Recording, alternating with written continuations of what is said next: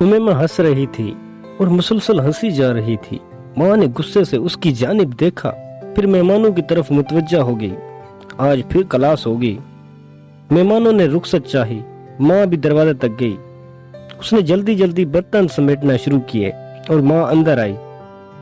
नहीं सुधरोगी ना तुम? कितनी बार बताऊं कि ज्यादा हंसने से दिल मुर्दा हो जाता है। और वो फिर हंसी और माँ से लिपट गई और बोली, जब दिल मुर्दा हो जाएगा तो नहीं हंसूंगी।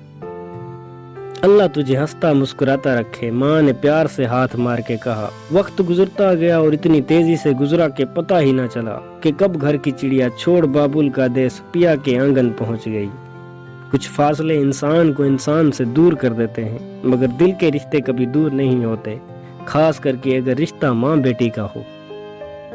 वो महीने में एक बार आती और वो भी चंद घंटों के लिए। आज भी वो आई और सबके साथ बैठी हुई थी। भाभी कोल्ड ड्रिंक खोल रही थी। भाई ने शरारतन कहा, खोल लोगी? भाभी ने बोतल भाई को थमा दी और बोली, आप खोल लें।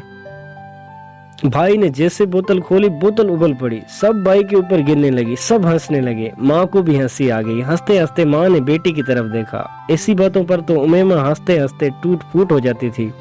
आज वो सर झुकाए हुए बैठी थी। माँ ने उसके सर पर हाथ फेरा। माँ बोली, क्या बात है, तुम नहीं हंसी? उसने माँ को देखा और बोली, माँ दिल मुर्दा हो गया है, दिल मुर्दा हो गया है।